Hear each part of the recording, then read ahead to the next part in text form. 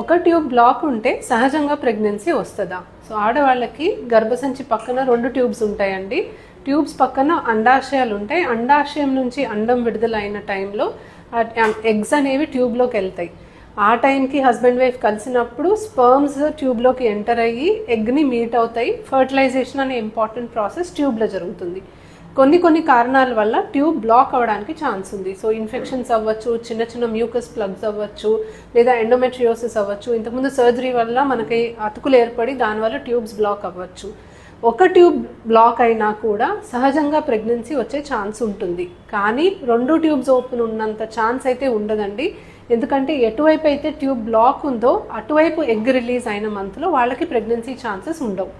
So ఈసారి మనకి right సైడ్లో ఎగ్ రిలీజ్ అయింది కాబట్టి నెక్స్ట్ టైం లెఫ్ట్లో రిలీజ్ అవుతుంది అన్న రూల్ కూడా ఏం లేదండి. ఓవ్యులేషన్ కంటిన్యూస్గా ఒకవైపే కూడా అవ్వచ్చు. సో ఎక్కువ సార్లు ట్యూబ్ బ్లాక్ ఉన్న వైపు మనకి ఎగ్ రిలీజ్ అయితే కూడా ఛాన్సెస్ తగ్గుతాయి.